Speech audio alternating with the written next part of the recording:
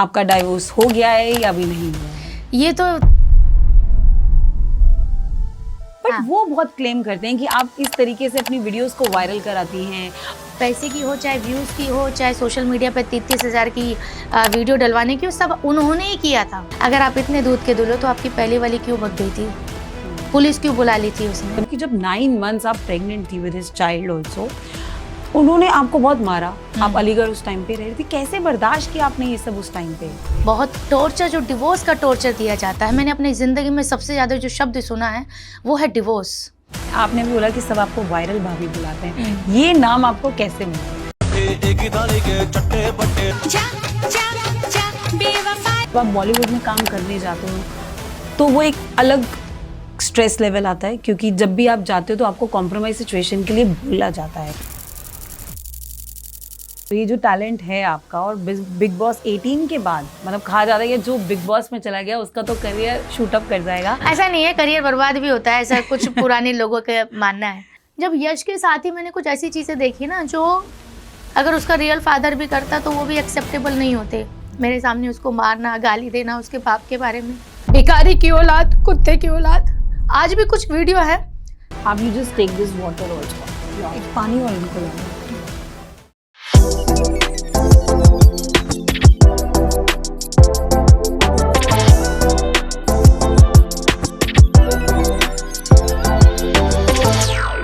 Hey guys, welcome back to our show coffee unfiltered. मार्च का महीना है, महिलाओं का महीना है, तो मुझे लगता है जो मेरे इस मंथ की जो स्पेशल गेस्ट हैं सारी महिलाएं हैं। लोगों को लगता है कि महिला एक आज के टाइम पे जब इंडिपेंडेंट वुमेन हो जाती है ना, तो उसके साथ स्ट्रगल ज़्यादा हो जाती है, और ये हमने काफ़ी केसेस में देखा है। आज जो मेरी गेस्ट है ना, वो ऐसे हमेशा कंट्रोवर्सीज में रहती हैं, क्योंकि वो हमेशा धड़ल्ले से अपनी सारी बात सामने रखती हैं। वो एक सेलिब्रिटी तो है ही है, लेकिन ऐसा एक मोटिवेशन भी है जो कई महिलाओं को मिलता है, क्योंकि वो पीड़ित होती हैं वो महिलाएं, लेकिन वो अपने लिए स्टैंड नहीं ले पाती हैं। एंड दिस गर्ल जो आज हमारी गेस्ट है, उन्होंने हमेशा अपने लिए स्टैंड लिया ही है। मूवी स्टार्ट करी थी यमला पगला दीवाना से, लेकिन दबंग 3 तक का उनका सफ़र, और उसके अलावा वो छोड़िए बिग बॉस 18 की कंटेस्टेंट रही हैं, जो कि मुझे लगता है हर एक लड़का हो या लड़की हो उसका सपना ज़रूर होता है। सो आज हम वेलकम करते हैं हमारी बहुत ही स्पेशल गेस्ट हेमा शर्मा का, और I am so thankful to you that you have come to my show. Thank you so much. सबसे पहले शिल्पा, इतना लंबा, इतना अच्छा इंट्रोडक्शन आपने मेरे बारे में जनता को बताया है। मैं खुद भी हैरान हूँ अपने बारे में इतने अच्छे अच्छे शब्द सुन के, और स्पेशली जब एक औरत दूसरी औरत की या महिला एक दूसरी महिला की जब तारीफ़ करती है, तो सच में उसकी खुशी जो होती है वो एक अलग ही होती है। तो मैं बहुत अंदर से खुश हूँ कि आपने मुझे अपने शो पे बुलाया है, unfiltered coffee. And by the way, you are looking so beautiful, और ये पिंक साड़ी में बहुत अच्छा लग रहा है। साड़ी वाड़ी पहना करो थोड़ा सा, है ना? Thank you. इन्हीं की वजह से आज मैंने साड़ी पहनी है, because she loves wearing sari, तो मुझे लगा मुझे भी इनकी तरह बनना चाहिए। मेरी तो पहचान ही हो गई है अभी साड़ी। और मैं खुद भी अगर अपने आप को बेस्ट देखना चाहती हूँ या किसी को दिखाना चाहती हूँ, तो यस, मेरी सबसे पहले जो प्रेफर होता है वो साड़ी ही होता है। हेमा जी, आपको वायरल भाभी के नाम से तो सब जानते हैं, लेकिन आज हमारे जो व्यूअर्स हैं, आप उनको बताओ कि आपका बैकग्राउंड कहाँ से है। आप एक कैसी फैमिली में बॉर्न एंड बॉट अप हुई, और किस तरीके से आपने मुंबई का सफ़र, यूपी से मुंबई का सफ़र आपने तय किया? देखिए, अब तो इतनी लंबी जर्नी जी ली है ना, अब तो पीछे का कहाँ से हो, क्या है, सारी चीज़ें ना ऐसे फ्लैशबैक में याद करना पड़ता है, क्योंकि इतनी कुछ सालों में, 20 से 25 सालों में ज़िंदगी ने वो रंग दिखा दिया जो मुझे लगता है भगवान करे किसी को भी ना दिखाए। और हाँ ठीक है, कामयाबी के लिए ज़रूर दिखाए। छोटे से परिवार से यूपी में है मुरादनगर, वहाँ से मैं हूँ, और नसीब में मेरे मुंबई शहर लिखा था। पहले से मैंने डिक्लेयर कर दिया था अपनी मम्मी को, when I was in 8th class, 8th standard. हाँ, मैंने बोल दिया था कि मम्मी मैं मुंबई शहर जाऊंगी, और मुझे ऐसा लगता है मेरा वहीं पे सब कुछ है। तो मेरी माँ बोली, हाँ तेरा वहाँ रखा, ऐसा तो कितने बात करें। बट आज देखिए कब से मैं 2009 से 10 से मुंबई शहर में ही हूँ, और मेरे सब भाई बहन आज वहीं पर ही हैं, खुश हैं, दे आर वेरी हैप्पी। मैं शायद उतनी पर्सनल लाइफ में के हिसाब से खुश नहीं हूँ, बट भगवान का आशीर्वाद है, कहीं ना कहीं एक नाम बना है, ऊपर वाले ने दिया है, जिसकी बदौलत मैं आज आपके साथ बैठ के अपनी बात कह सकती हूँ। मेरे जीवन के बारे में आप लोग पूछ रहे हैं, तो कहीं ना कहीं अचीवमेंट है मेरी जर्नी का। हम 2 भाई 2 बहन हैं, और बड़े भाई हैं, फिर मेरी बहन है, फिर मैं हूँ, और मेरे छोटे भाई हैं। तो बचपन से ही बहुत ज़िद्दी किस्म की मैं रही हूँ। अपनी सोच की वजह से मैं सबसे अलग रही हूँ। मैंने अपने पापा को एक दिन बोला था कि ये जो हिंदू, मुस्लिम, सिख, ईसाई जो हमें पढ़ाते हैं, ये सिर्फ किताबों तक रह जाता है। मैं किसी एक दिन मुस्लिम लड़के से बात कर रही थी, तो मेरे पापा को अच्छा नहीं लगा था, बोले वो मुस्लिम है। तो मैंने बोला तो फिर ये जो किताबों में पढ़ाते हैं हिंदू, मुस्लिम, सिख, ईसाई आपस में भाई भाई, बोले वो किताब की बात है। तो मैंने बोला फिर किताब पढ़ना बेकार है। जब आप पर्सनल लाइफ की किताब अलग होती है और स्कूल की किताब अलग होती है, तो मेरा सिंपल है, जो किताबों में पढ़ा वो मैं अपनी ज़िंदगी में अमल करती हूँ। तो अपनी सोच की वजह से मैं आज यहाँ बैठी हूँ। तो वो जो आपकी सोच है, जो आपकी इंडिपेंडेंट सोच है, मैं कहूँगी as a being women also, वो उसी की वजह से आपने अपनी लाइफ में सक्सेस पाया। आपने बताया कि आप अपनी पर्सनल लाइफ में परेशान चल रही हैं, बट फिर भी आज एक स्माइलिंग चेहरे के साथ हमारे सामने बैठना, और स्पेशली हमें टाइम देना, मतलब स्ट्रेस में होता है लाइफ में, आपका मन नहीं करता कुछ करने का, ऐसी सिचुएशंस तक आ जाती हैं कि लोग सुसाइड भी कर लेते हैं। लेकिन you being a strongest women, I know, अभी एक 2-4 दिन पहले मैं देख रही हूँ आपके जो हस्बैंड हैं थे, जो भी है नहीं, कंफ्यूज हो गए, जनता कंफ्यूज हो गई, क्योंकि उन्होंने अपने वीडियो में ये कंटेंट डाल दिया कि आप दोनों का डाइवोर्स हो गया है। सो आप प्लीज हमारे व्यूअर्स को बताएं कि आपका डाइवोर्स हो गया है या अभी नहीं हुआ है। ये तो जान के मैं खुद, जब मैंने न्यूज़ देखी तो मैं हैरान हो गई। One of my friend, she shared with me that link. तो मैंने बोला भाई, एक तो पहली बार डिवोर्स का तो कहीं केस ही नहीं चल रहा है, कहीं केस ही नहीं चल रहा है। जो केस चल रहा है वो है मेंटेनेंस और डोमेस्टिक, जहाँ पे आपके भाई साहब आते ही नहीं हैं कोर्ट में। मुंबई शहर में रहते हैं, रात को क्लब में पाए जाते हैं, वो भी पिक्चर सोशल मीडिया पे पोस्ट करोगे तो कोई भी शेयर करेगा, लेकिन कोर्ट में नहीं आते हैं। कोर्ट में वकील को भेज देते हैं। और मैं चूँकि कानून की का रेस्पेक्ट करती हूँ, तो मैं पूरा बराबर 2 हमारी डेट हो चुकी हैं। अभी जो लास्ट थी वो 27 फरवरी थी, ज़्यादा दूर की बात नहीं है।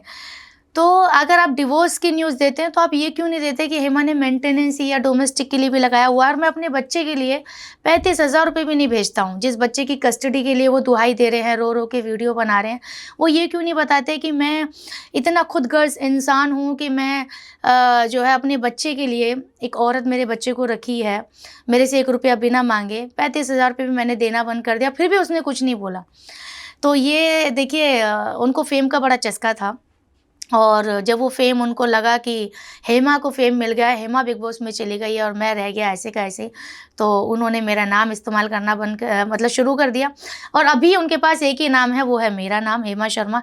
तो चलो, मैं तो भगवान का थैंक यू बोलती हूँ कि भगवान मेरा नाम में इतनी शक्ति, इतना फेम दिया, इतना पावर दिया कि लोग मेरे नाम के थ्रू अपने आप को रिप्रेजेंट कर रहे हैं। ये नाम और ज़्यादा बनाए ऊपर वाला। चलिए, बट ये जो है न्यूज़ डिवोर्स की, ये बिल्कुल मैं खारिज करती हूँ। इसमें कहीं से कुछ लेना देना नहीं है। मैंने अपने एडवोकेट से बात की है, उन्होंने पता किया है। अगर इसमें कुछ झोल है, जैसे न्यूज़ वालों ने डिक्लेयर किया, एबीपी न्यूज़, जी न्यूज़ वगैरह, तो अगर ये झोल है तो इसके ऊपर डेफिनेटली कार्रवाई होगी। अभी तो मैं, जब से ये पता चली, परसों से मैं दिल्ली में ही हूँ, आज रात को जा रही हूँ, तो वहाँ जाके पता चलेगा। बट मेरे एडवोकेट ने इसको सरासर बोला है कि ये वापस से पीआर का एक तरीका है, जो इनकी पीआर है, सारी चीज़ें हैं। तो ये बिल्कुल भी सच नहीं है। ये जो पीआर स्ट्रैटेजीज है, मतलब मुंबई वालों के लिए बहुत कॉमन हो चुकी है, मुझे ऐसा लगता है। मेरी कोई प्यार नहीं है, बाय द वे। मैं बिना प्यार के, मेरा ऊपर वाला प्यार करता है। आज मेरे बारे में अगर कोई न्यूज़ देखते हैं तो वो खुद अपने आप छपती है, मैं किसी को पैसा दे के नहीं कराती हूँ। हाँ, वो बात अलग है। अब जितनी बाकी जो दूसरी की तरफ से पार्टी से उनकी बाकायदा प्यार है। और जो इंसान फिल्म इंडस्ट्री में नहीं है, सोशल मीडिया में नहीं है, उसको प्यार की क्या ज़रूरत है, आप बताइए। प्यार की ज़रूरत मुझे है, बट बिकॉज मैं अफोर्ड नहीं कर सकती, चूँकि मेरे पास 2 जिम्मेदारी हैं, 2 ज़िंदगी हैं, छोटे बच्चे हैं। तो मैं हमेशा अपना बैंक बैलेंस उस हिसाब से लेके चलती हूँ कि कभी कुछ हो तो मेरे बच्चों के लिए मेरे पास पैसा रहना चाहिए, है ना। और वैसे भी आप लोग सपोर्ट करते हैं, तो फिर क्या ज़रूरत है प्यार की? शायद उनको ज़रूरत है, मुझे नहीं। ये तो एक फैक्ट है, इनकी कोई ये पीआर एक्टिविटी नहीं है। मैं ओपनली अपने कॉफी अनफिल्टर्ड में भी बताना चाहूँगी, she doesn't charge anything from us, but वो बहुत क्लेम करते हैं कि आप इस तरीके से अपनी वीडियोस को वायरल कराती हैं। अभी आपने कुछ ऐसे प्लेटफॉर्म्स हैं सोशल मीडिया को जिसमें आपने 30-30 हज़ार रुपए दे के भी कराया, तो आई एम श्योर वो अपनी अटेंशन गेन ही कर रहे होंगे इस चीज़ को। नहीं, वो जो बात कर रहे हैं ना, वो 33,000 2023 की बात कर रहे हैं। अच्छा जो 2023, और ये क्या साल चल रहा है, 2025 जी। है ना। तो मैं 2023 की बात आप अब करोगे, उसमें तो आप ही नहीं तो पैसे भरे थे, है ना। पैसे मैंने तो भरे नहीं थे, आप ही नहीं तो भरे थे। दैट वाज योर आइडिया कि नहीं है माई काम करते हैं अपने सोशल वर्क की, हम वीडियो इस पर डलवाते हैं। तो जितनी भी चीज़ें हुई हैं, मेरे पास तो पैसा नहीं था, ना तब था ना आज है, ठीक है। होता तो मेरी भी प्यार होती, डेफिनेटली सबकी होती है, सबको ज़रूरत होती है। बट अगर आज मेरी नहीं है तो कहीं ना कहीं फाइनेंशियली चीज़ों को रख के मैंने अवॉइड किया हुआ है। ठीक है, जहाँ जाते हैं आप वहाँ छप जाते हैं, तो क्या ज़रूरत है। बट जितनी भी बातें उन्होंने कही हैं, पैसे की हो चाहे व्यूज़ की हो, चाहे सोशल मीडिया पे 33 हज़ार की वीडियो डलवाने की हो, सब उन्होंने ही किया था, उन्हीं का पैसा था, है ना। तो जब आप ही ने पैसा खर्च किया तो आप किस मुंह से आप बोल रहे हैं। आपने डोमेस्टिक वायलेंस की भी बात करी है, हाँ। आप अपने इसमें बात कर रहे हो कि जब 9 मंथ्स आप प्रेग्नेंट थी विद हिज चाइल्ड ऑल्सो, उन्होंने आपको बहुत मारा। आप अलीगढ़ उस टाइम पे रह रही थी, कैसे बर्दाश्त किया आपने ये सब उस टाइम पे? कि लोग क्या बोलेंगे, दो शादी टूट गई, समझे आप। जी। मेरे जैसी कितनी ऐसी न जाने औरतें हैं जो एक ऐसा रिश्ता निभाती हैं सिर्फ और सिर्फ लोगों की वजह से, जबकि उन लोगों के बारे में वो जानती भी नहीं है ना। वो समाज के 2-4 लोगों को भी नहीं जानती है पर्सनली, बट उसके बावजूद भी एक रिश्ते में वो घुट घुट के मर जाती हैं। मुझे समय लगा इस रिश्ते से बाहर आने के लिए, it was not so easy. मैंने पूरे 9 महीने में गालियाँ बहुत खाई हैं, ठीक है, बहुत गालियाँ खाई हैं, बहुत टॉर्चर, जो डिवोर्स का टॉर्चर दिया जाता है। मैंने अपनी ज़िंदगी में सबसे ज़्यादा जो शब्द सुना है वो है डिवोर्स। मैं डिवोर्स दे दूंगा अगर आपने मेरे हिसाब से कपड़े नहीं पहने, अपने मेरे हिसाब से ये नहीं किया, वो नहीं किया। डिवोर्स सुन सुन के मैं पक गई। शादी के कुछ 2 या 3 महीने बाद ही डिवोर्स की कहानी शुरू हो गई थी। 3 साल मैंने जैसे तैसे जो किया है ना, मतलब 9वां महीना चल रहा है, आप मुझे बार बार टॉर्चर करते हो। मुंबई जाना है तो चली जाओ, ये करना है तो कर लो, मैं तो डिवोर्स दे दूंगा। अरे भैया, बस जैसे तैसे मैंने ये निकाले हैं, ये जर्नी को मुझे पता है। It was not so easy. Depression में चली गई थी मैं, जब डिलीवरी होने के बाद तो चली भी गई थी। जब मुझे एक्चुअली महसूस हुआ, आपने बोला ना सुसाइड वाली, हो गई थी मैं, ऐसे मेंटली डिस्टर्ब हो गई थी। यस। फिर उसको उस टाइम पे आपको सपोर्ट करने के लिए कौन था? कोई नहीं था। मैंने एक दिन अपने आप ही गूगल पे सर्च किया, अलीगढ़ में थी मैं, एक डॉक्टर के पास गई, उनसे मैंने बातचीत की और वहाँ बात करते करते मैं रोने लगी। जब मैं रोई तो आई थिंक मुझे ऐसा लगा शायद वही मेरी दवाई थी, ट्रीटमेंट था, कि मैं किसी के सामने रोना चाहती थी, मैं बताना चाहती थी मैं तकलीफ़ में हूँ या मेरी क्या प्रॉब्लम है। उसके बाद उन्होंने मेडिसिन लिखी। मैंने बोला नहीं, मेडिसिन तो मैं नहीं खाऊंगी, हेमा शर्मा तो डिप्रेशन में नहीं जा सकती। बस फिर मैंने थोड़ा सा अपने आप को समय लिया और मैंने ये हर बार सोचा कि यार ये ज़िंदगी से निकलना है। डिवोर्स सुन सुन के, लेकिन फाइनली कहते हैं ना एक समय आता है। 2024 में अप्रैल में वो समय आया जब मैंने बोला कि भाई अब ये कहानी मैं ख़त्म करूँगी, अब तुम्हारा हो गया। उनको बर्दाश्त नहीं हुआ कि ये कैसे हो सकता है। 6 महीने अकेली रही बच्चों के साथ, और 6 महीने में इतनी मेहनत की, 4 साड़ियाँ पहन के 1200 रुपये की बिग बॉस पहुंच गई। और जब बिग बॉस पहुंची तो शायद उनको लगा होगा कि ये क्या हो गया। ये जो बिग बॉस का सफ़र है, मतलब हर कोई वहाँ पे जाना चाहता है, और ये मतलब कहा जाता है कि मुंबई एक सपनों का शहर है, वहाँ पे लोग एक्सेप्ट नहीं करते। तो किस तरीके से आपको ये बिग बॉस का ऑफर आया? क्योंकि एक वक्त था कि जब दबंग 3 में आपने रोल तो प्ले किया, बट सलमान खान आपको जानते भी नहीं थे। और वो कंट्रोवर्सी आई, उसको आपने क्लैरिफाई भी किया था, लेकिन वो सफ़र कहाँ तक और आप कैसे पहुंची उस सवाल? जब ये मेरी कंट्रोवर्सी हुई थी तो मैंने उसी साल मैंने अपने आप से वादा किया था कि अगले साल मैं बिग बॉस जाऊँगी, ये मैंने वादा किया था। 25 मई की बात है, इसके कास्टिंग डायरेक्टर होते हैं, मैं आपको बता देती हूँ। 25 मई की बात है, मैं गई थी, मेरी फर्स्ट मीटिंग थी OTT के लिए, OTT 3 के लिए मैं गई थी। तो मेरी पहली मीटिंग में मुझे उन्होंने रिजेक्ट ना करके, OTT के लिए ना रख के, डायरेक्ट कलर्स के लिए मुझे बोल दिया था कि हेमा को हम कलर्स में लेंगे, इसके अंदर दम है भाई, ये लड़की OTT में आएगी, स्पॉइल हो जाएगी। उसके बाद मुझे जो नेक्स्ट कॉल आया वो आया अगस्त में, फिर कलर्स के लिए। तो मैंने दूसरी मीटिंग भी कर ली। तकदीर में लिखा था, डेडिकेशन मेरा था, जनता जानती थी, प्यार था, जो भी कहना आप कह लीजिए। ये जो 3.5 लाख रुपए दे के जो मुझे बिग बॉस में भेजा गया ना, एलिगेशन ये है। भी एलिगेशन है। किसी को बिग बॉस जाना हो तो भैया जो आदमी बोल रहा है 3.5 लाख में मैंने भेजा, उनको कॉन्टैक्ट कर लेना आप। समझे। तो वापस से 3.5 लाख की जो बात है ये 2023 की बात है। मैंने कहीं पे क्लियर किया था, आज फिर से कर देती हूँ। और ये बिग बॉस के लिए ऐसा था कि हम ट्रैप में फंस गए थे। किसी लड़के ने हमें सामने से फ़ोन करके बोला था कि हेमा जी, मैं आपको, मेरा अच्छा जान पहचान है, मैं आपके लिए करता हूँ, प्रोफाइल भेजता हूँ। हमको पीआर के लिए उसने पैसे मांगे थे, सिर्फ पीआर के लिए, बिग बॉस में भेजने के लिए नहीं, कि we need to hire your PR, हमको आपकी थोड़ी प्रोफाइल बनानी पड़ेगी, क्योंकि 2023 में हेमा अलग थी और 2024 में एकदम अलग हो गई थी, है ना, अपने लिए स्टैंड लेना शुरू स्टैंड हो गई थी। और फिर एक डेडिकेशन, जब तो मेरे 4-5 लाख फॉलोवर्स थे, जब 2023 की बात है, जब मेरी कंट्रोवर्सी हुई थी, तो उस चक्कर में उसने हमसे 1,70,000 लिए थे और बेचारे ने उसने वापस भी कर दिए थे। उस इंसान को भी तकलीफ हुई है जिसके ऊपर ये 3.5 लाख का लगाया गया ना एलिगेशन। उसका मुझे फ़ोन आता है, बोलता है Hema ji thank you so much, आपने वो बात बोली जो एक्चुअल में हुई ना, आपने मेरा फेवर लिया, आपने ना किसी को आपने नीचे गिराया, आपने वो बात बोली जो हुई।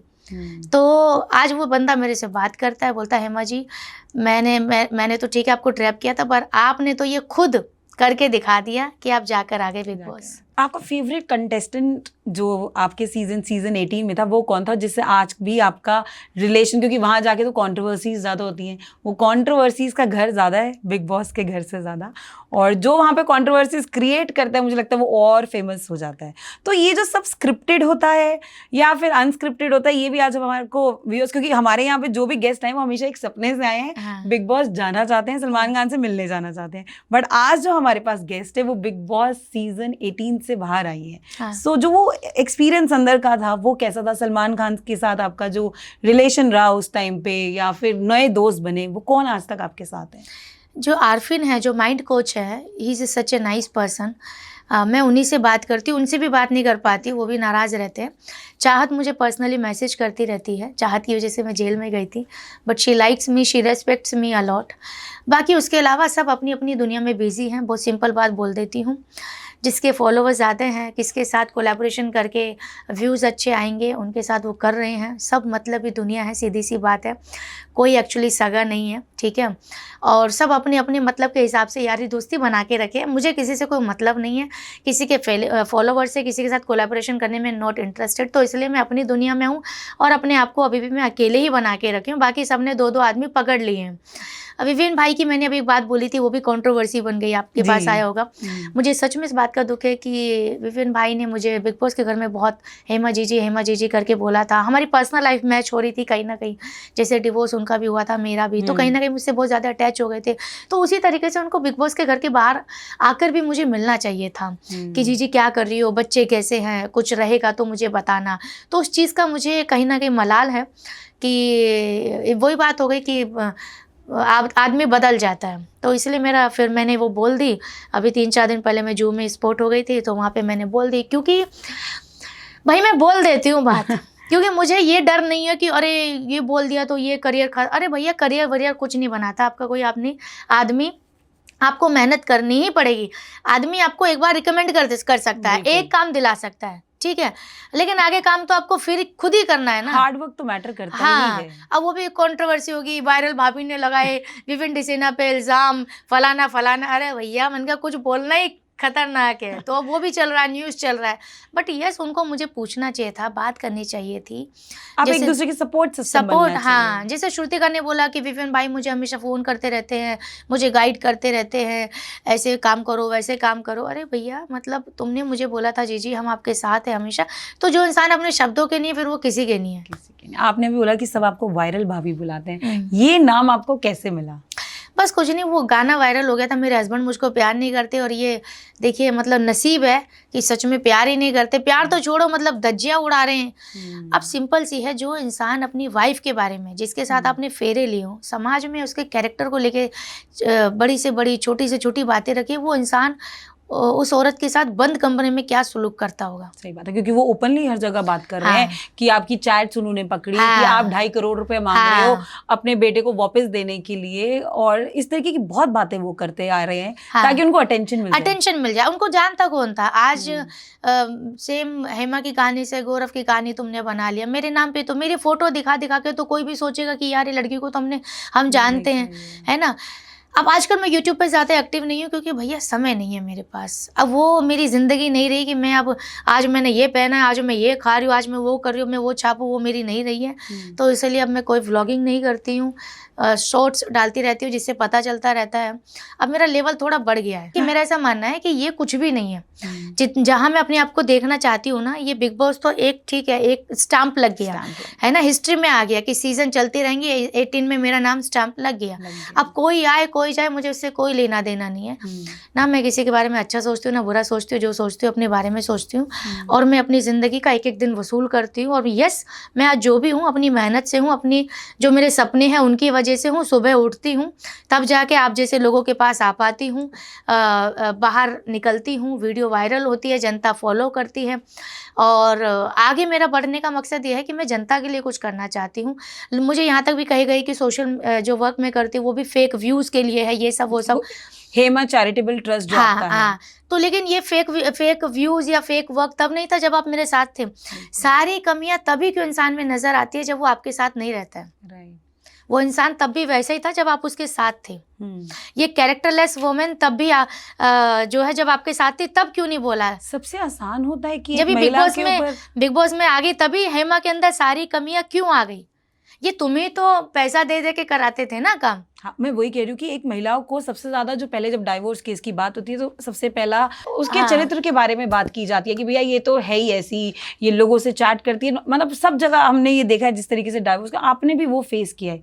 उन्होंने बताया कि कोई एक बहुत बड़े डायरेक्टर हैं जिनसे आपकी चैट पकड़ी गई थी and he has that chat. वो चैट भी जो है ना, वो चैट भी 2022 या 23 की है, समझे आप जी? आई थिंक 2021 की है, उससे पहले शादी से पहले की। ठीक है, अब जैसे मैं आपको बोल दूं शिल्पा आई लव यू, या इनको बोल दूं आपके जो कैमरा मैन है happy birthday and I love you, वो मुझे बोलते हैं आई लव यू टू।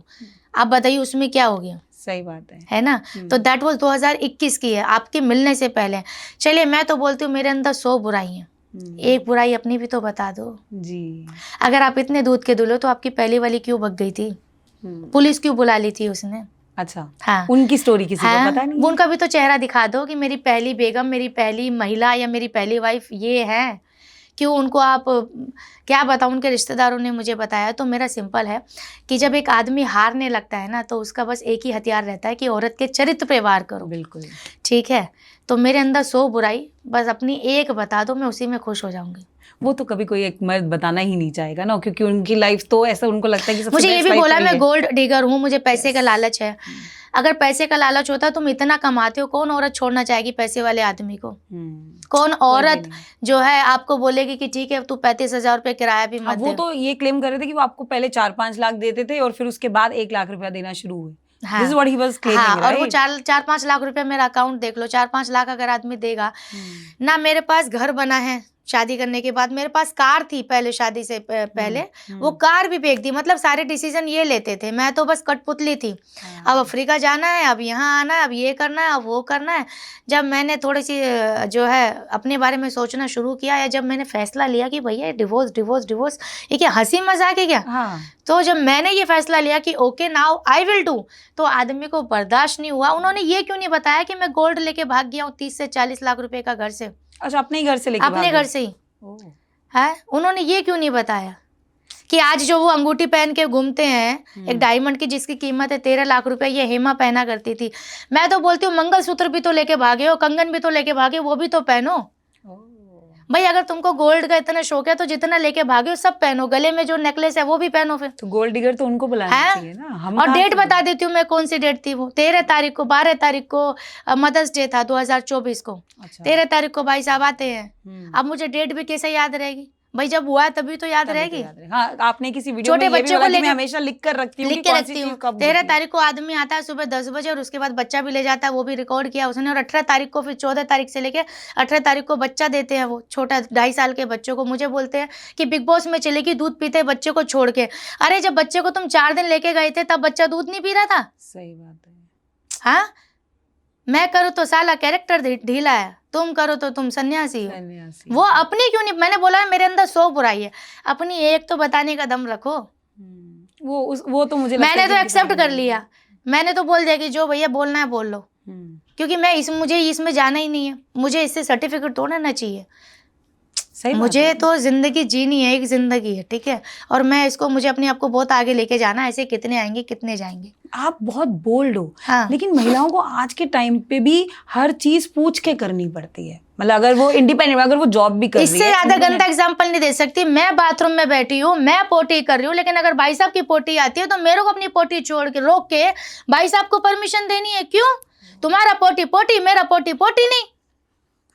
सही इससे बात ज्यादा है। गंदा क्या एग्जाम्पल दे सकती हूँ मैं? हाँ, कि जब घर में एक ही बाथरूम है तो पहले जेंट्स हाँ, जाएंगे, पहले और भाई साहब नहाएंगे, पहले भाई साहब पूजा करेंगे, पहले भाई साहब ब्रेकफास्ट करेंगे। क्यों? हम कौन है? हमारा प्रेशर नहीं है, हमारी भूख नहीं है, ये क्या है? और हम सुबह शाम पोछा लगाते हैं, वो एक दिन पोछा लगा लिए तो बहुत बड़ी बात। आज मेरा जो बड़ा बेटा है 14 साल का हो गया, किसने उसको बड़ा किया है? मैंने किया है। आज मेरा दूसरा बेटा है, जुलाई में 3 साल का हो जाएगा। बेटा बेटी में कोई भेदभाव नहीं है, ये अभी भी बहुत ज़्यादा है। कहने की बात अलग होती है और ज़िंदगी जब जीते हैं तो उसकी बात अलग होती है। आज भी यहाँ पर घर में चाय से लेके रात के सोने तक सबसे पहले जो फर्स्ट प्रायोरिटी दी जाती है वो मैन को ही दी जाती है, ठीक है। उनको ये हमारा दिमाग बना दिया गया है कि हमारा घर जो है पुरुष समाज चलाते हैं, समझे। अब तो वो बात अलग है, अब तो औरतें खैर निकल पड़ी हैं बैग उठा के और गाड़ी उठा के। अब कहीं ना कहीं आधे से ज़्यादा घरों में महिलाएं काम कर रही हैं, जिसकी वजह से घर में खुशियां भी हैं, पैसों की प्रॉब्लम कम है। बट जो इंडिपेंडेंट वोमेन हैं उनको भी घर में आके कहीं ना कहीं बेइज्जती, जिल्लत का सामना करना पड़ता है कि होगी तो कहीं की डॉक्टर, होगी तो कहीं की कलेक्टर, यहाँ पे मेरी बात सुन, रहना है तो रह, नहीं तो फिर अपना बैग ले और चली जा। ये अभी भी उनको ताने दिए जाते हैं। बहुत सारी औरतों की ऐसी बात है। शेफाली शाह ने अपना एक्सपीरियंस शेयर किया था, बोले घर के नौकर आके जो है मुझे डिस्टर्ब करेंगे लेकिन सर को नहीं करेंगे। क्यों ऐसा? भाई सर को भी आप कर सकते हो, सेम इक्वल वाली बात है। तो ये कहीं ना कहीं, और आजकल आज़ादी के लिए भी औरत जो है इंडिपेंडेंट हो रही है, और हर आजकल पुरुष भी चाहता है कि मेरी वाइफ कुछ काम करे। बट वो चाहता तो है, हाँ, लेकिन मुझे लगता है जब वो एक करने सक्सेस लगती है, पात लेती है या करने भी लगती है तो वो उसको उल्टा पड़ने लग जाता है। नहीं, वो चाहता है, लेकिन वो चाहता है कि सुबह 9 बजे जाए और शाम को 5 बजे आ जाए। उसके अलावा जो है आके आप घर में बर्तन साफ करो, खाना पीना बनाओ, और जैसा मैं चाहता हूँ वैसा रहे। लेकिन ऐसा नहीं होता है। वो भी एक इंसान है, वो बाहर जाती है, उसके भी 4 यार दोस्त मिलते हैं, ऑफिस का काम होता है, एक्स्ट्रा काम करना होता है। कभी तबीयत अच्छी होती है, कभी नहीं होती, कभी मूड होता है नहीं होता है, कभी ऑफिस में जाके जो बॉस होते हैं उनसे डांट पड़ जाती है, काम की जिम्मेदारी होती है। लेकिन जब ये सब सारी चीज़ें जब फीमेल में दिखने लगती है तो वहाँ पे खटपट होना शुरू हो जाता है। यहाँ तक भी बोल देते हैं कि ज़्यादा नखरे मत दिखाना, ये नौकरी करने की परमिशन दी है ना, ये मैं हटवा दूंगा, ये ज़्यादा मेरे को नखरे मत दिखाना, नौकरी तो इसलिए करी क्योंकि मैंने परमिशन दी है। आप बताइए। अब फिर एक औरत जब सैलरी उसको मिलती है तो लाके हस्बैंड को देती है। पता होता है हस्बैंड की सैलरी शायद औरत को इतनी नहीं पता हो, लेकिन औरत को कितनी मिल रही है ये पता होना चाहिए। सही बात तो है। इसलिए बहुत मुश्किल है भाई, जो जीती है ना इस तरीके की ज़िंदगी सिर्फ वही औरत जानती है। रात को रोती है, सुबह उठ के अपने आप को रेडी करती है, घर का काम करती है, खाना बनाती है, सुबह ऑफिस जाती है, फिर काम पे निकल जाती है, फिर वापस आके वही काम करती है। तो बिल्कुल भी आसान नहीं है औरत की ज़िंदगी। हाँ, आसान क्या है, औरत के ऊपर इल्ज़ाम लगाना, उसके करेक्टर की अगर आपको अशेम करना है वो आप इजीली कर सकते हैं। पर्सनल लाइफ तो आई थिंक मतलब हमें पता ही है कि इतना सबकी आसान है। देखिए नहीं जो है। पब्लिक फिगर होती है ना उनकी निकल के आ जाती है। सही बात जो है। गांव में औरतें होती हैं उनकी जिंदगी के बारे में ना कोई बात करता है और ना ही उनकी जिंदगी की वैल्यू को कोई समझता है। समझ रहे हो? उनके ख्वाहिशें, हाँ तू पहनेगी ऐसा कपड़ा, हाँ तू पढ़ेगी, हाँ तू नौकरी करेगी। उनकी ज़िंदगी की ख्वाहिश, उनकी ज़िंदगी कोई वैल्यू ही नहीं है। चूँकि मैं अपनी ज़िंदगी की वैल्यू करती हूँ इसलिए ये सब तामझाम मेरे आसपास हुआ है। अदरवाइज़ तो मैं भी रह रही होती, एक थप्पड़ एक महीने में 2 से 3 थप्पड़ खाओ और जो है अच्छा खासा पैसा आदमी कमाता है और रहो। लेकिन वो थप्पड़ खाना मुझे गवारा नहीं है, इसलिए ये ज़िंदगी में मेरे कॉम्प्रोमाइज़ नहीं हो सकता नहीं है। मैं क्यों थप्पड़ खाऊं भाई? अगर मैं 1 थप्पड़ खाऊंगी तो फिर 2 तो भाई मेरा भी खा ले, आधा ही खा ले चल, है इतनी हिम्मत भी रख। समझ रहे हो? तो मैं थप्पड़ नहीं खा सकती। और मुझे सबसे ज़्यादा ज़िंदगी में प्यार सम्मान ही है। जब सम्मान ही नहीं मिला तो फिर और कुछ आपसे चाहिए ही नहीं। पर्सनल लाइफ में तो आपकी इतनी स्ट्रगल रही, और बट कहा जाता है कि बॉलीवुड भी आसान नहीं है। जब आप बॉलीवुड में काम करने जाते हो तो वो एक अलग स्ट्रेस लेवल आता है, क्योंकि जब भी आप जाते हो तो आपको कॉम्प्रोमाइज सिचुएशन के लिए बोला जाता है। तो क्या कभी आपके साथ ऐसा कुछ हुआ है मुंबई में रहते हुए? आई एम श्योर हुआ होगा, ऐसा नहीं हो सकता कि किसी इंसान के साथ ये चीज़ ना हुई हो, बट ये कितना ऑफन है इन चीज़ों को लेकर? देखिए ये मेरा ऐसा मानना है, आजकल कॉम्प्रोमाइज़ सब जगह होता है। इंडस्ट्री को तो सिर्फ बदनाम किया जाता है। राजनीति की बात करो, अगर कहीं पर भी बोलते हो नहीं नहीं यार राजनीति बड़ी गंदी है, सीधा बोल देते हैं। क्यों गंदी है? मतलब होता होगा, मैं तो राजनीति में नहीं हूँ। सारी चीज़ें आती हैं आपके ऊपर। घर में भी अत्याचार होता है, घर में भी गंदगी होती है। जब घर में हो रही है तो वो तो एक इंडस्ट्री है। दूसरी चीज़, जब मैं अपने घर में एक थप्पड़ नहीं खा सकती तो बाहर मैं किसी का क्या खाऊंगी? समझ रहे हो आप? तो ये सारी चीज़ें आपके ऊपर होती है कि आप काम के पीछे कितने पागल हैं। अगर आप टैलेंटेड हैं तो आपको ज़िंदगी में किसी के नीचे झुकने की ज़रूरत नहीं है। हाँ, आप टैलेंटेड नहीं हो तो डेफिनेटली फिर आपको कॉम्प्रोमाइज़ करने पड़ेंगे। और मुझे ऐसा लगता है आज के टाइम पे चीज़ें बहुत ईजी हो गई हैं। अगर आप फ़ोन पे हिट हो तो मुझे ऐसा लगता है आजकल हमारे फिल्म इंडस्ट्री के डायरेक्टर प्रोड्यूसर भी वही चाहते हैं कि जिनके पास जनता हो, फॉलोवर, सब चीज़ें बदल गई हैं। मैंने अभी तक जितना काम किया सम्मान के साथ किया है, यारी दोस्ती में किया है। हेमा मेरी पहली फिल्म यमला पगला दीवाना उसका ब्रेक आपको कैसे मिला था? किस तरीके से आपको वो मूवी मिली थी? एक बहुत बड़े राइटर हैं जिन्होंने धमाल 3, टोटल धमाल, ये सब की काफ़ी फिल्में की हैं। उनसे मेरी मुलाकात हुई, पता चला कि वो और मैं हम एक ही शहर के हैं। He is also from Meerut. अच्छा। तो उन्होंने बोला नहीं हेमा यार मैं तेरे लिए करता हूँ। तो उनका था इतना होल्ड था, उन्होंने बोला ये हेमा है। मेरा ऑडिशन लिया गया, मैंने पास किया, मेरा हो गया। नसीब में था मेरा हेमा के साथ धर्मेंद्र जोड़ना। सही बात है ना? तो वो बहुत खुशी की बात है। 31 अगस्त को 2017 में वो फिल्म रिलीज हुई थी, मुझे याद है। तो मैं वापस से बोलती हूँ कि घर घर में जो है कंप्रोमाइज़ होते हैं। बिल्कुल। आप इंडस्ट्री को बदनाम करते हो और आपको करना नहीं है तो आप कहीं पर भी नहीं करोगे। मेरा सिंपल है, आपके अंदर टैलेंट होगा, आपको एक डायरेक्टर रिजेक्ट करेगा, दूसरा डायरेक्टर आपको एक्सेप्ट करेगा, but you must be talented. तो ये जो टैलेंट है आपका, और बिग बॉस 18 के बाद मतलब कहा जाता है कि जो बिग बॉस में चला गया उसका तो करियर शूट अप कर जाएगा। ऐसा नहीं है, करियर बर्बाद भी होता है, ऐसा कुछ पुराने लोगों का मानना है। तो आपका किस तरीके का रहा? आपको आगे अपॉर्चुनिटीज मिल रही हैं या फिर अभी आपकी पर्सनल लाइफ की वजह से वो सब डिस्टर्ब हो रहा है? नहीं, ऐसा कुछ नहीं। देखिए कभी भी मैंने क्या बोला, कोई भी एक चीज़, एक नाम आपका करियर नहीं बना सकता। जब आपके पीछे एक बड़ा नाम जुड़ जाता है तो आपको डबल मेहनत करनी पड़ती है फिर वो नाम को बनाए रखने के लिए, क्योंकि नाम तो जुड़ गया है बिग बॉस के साथ, लेकिन अब मुझे उसके लिए डबल मेहनत करनी पड़ रही है, अपनी रेपुटेशन को लेके, अपने लुक को लेके, आगे अच्छा काम करने को लेके। जब आप कुछ नहीं होते ना तो आप रिलैक्स होते हो कि ठीक है हमारा तो कुछ नहीं होना भैया, हमें आगे पीछे कोई है नहीं। every day is a new challenge for you. हाँ। Yes.